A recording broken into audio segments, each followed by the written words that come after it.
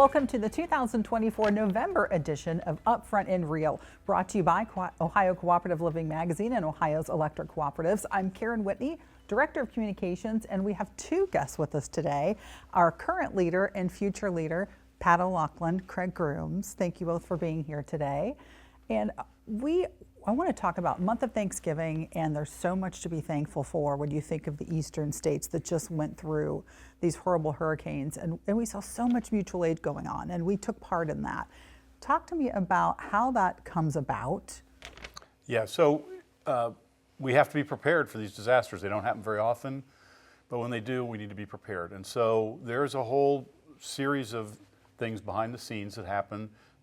Each state has a statewide emergency action plan manager. For us, it's Dwight Miller here in Ohio, and he's got a peer in each of the other states that have a significant co-op presence. They get together just once or twice a year, but mostly they have a network to help call in the reserves when we need them, and we certainly needed them this year as we got hit really hard by a couple of hurricanes. First Helene, that did a lot of damage in many states, and then later Milton, which really hit Florida very hard. So their job is to marshal the resources within each state and then help coordinate amongst the other states that have been hit. Where are people going to go? Who's going to do what, when, where, and try to balance out the support so that whoever needs it gets what they need, and then does it geographically in a way that they can get the help there quickest. And we had our own winds here and storms when that was happening. I get this question a lot. Does Ohio pay for that when they go down there, or is it federal funding that pays for these people ultimately? So ultimately the host co-op where the damage is done gets the bill to pay for whatever help they receive. And in this case, there were literally thousands of line workers from around the country, from co-ops and contractors and others, that went to a handful of co-ops, so millions of dollars spent over a course of weeks. And then often, and I think that'll be the case, FEMA will pick up a portion, actually a large portion of those costs as an emergency management action because co-ops are eligible as not-for-profit utilities to qualify for FEMA funding for these kind of disasters. So in that way, it'll end up getting spread to everybody through FEMA. Craig, we had a lot of guys go from here, a lot of workers that went down there, and I think some just came back not too long ago. How many did we send down to those areas? Yes, so we had a great response from the cooperatives across Ohio. Nearly every co-op in Ohio sent line workers down to assist with the hurricane relief. First of all, they took care of what was happening in Ohio, so we had several co-ops with significant damage in the southern part of the state. We had a lot of mutual aid from line workers around the state, assist with them, and then when they were finished, they were able to move south and help the co-ops in the Carolinas. So Ohio is always the priority if we're having a simultaneous storm, but then...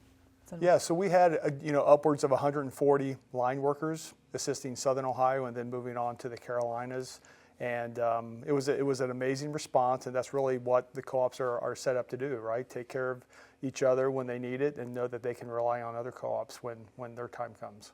Yeah, and speaking of that cooperative spirit, I mean, you've seen it before. This isn't the first time, but talk about, that's really a foundational thing about cooperatives. Talk about that spirit of wanting to help others. Well, as you know, cooperation among cooperatives is one of our core principles, and things like mutual aid are really how you live it out, okay? I mean, we can talk about it, but that is people getting up out of bed and going away for weeks at a time, disrupting all their operations back home because they know someday it might be me and I might need help too. And so our ability as a network of 900 independent co-ops to come together in times of need to really do what needs to be done. Like I said, there were literally thousands of line workers at a handful of co-ops. We, I think, ended up in 6 co-ops, I think, that we provided assistance to from Ohio, but there were co-ops from many states, and it's part of our spirit. It's one of the things that makes us different.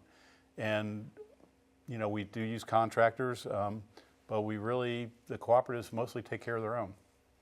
Very good. Yeah, it's nice to see that, especially this time of year when you're looking at Thanksgiving and going into holiday seasons.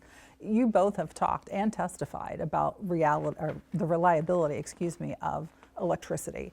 And I think about this kind of storm and the amount of, rebuilding and that has to go into this. Is this going to have some kind of impact, do you think, on reliability for the region? Or? I think that it's pretty localized. So, when you go into a situation like this, the main intent is emergency repair. Get the service back on as quick as possible and as safely as possible.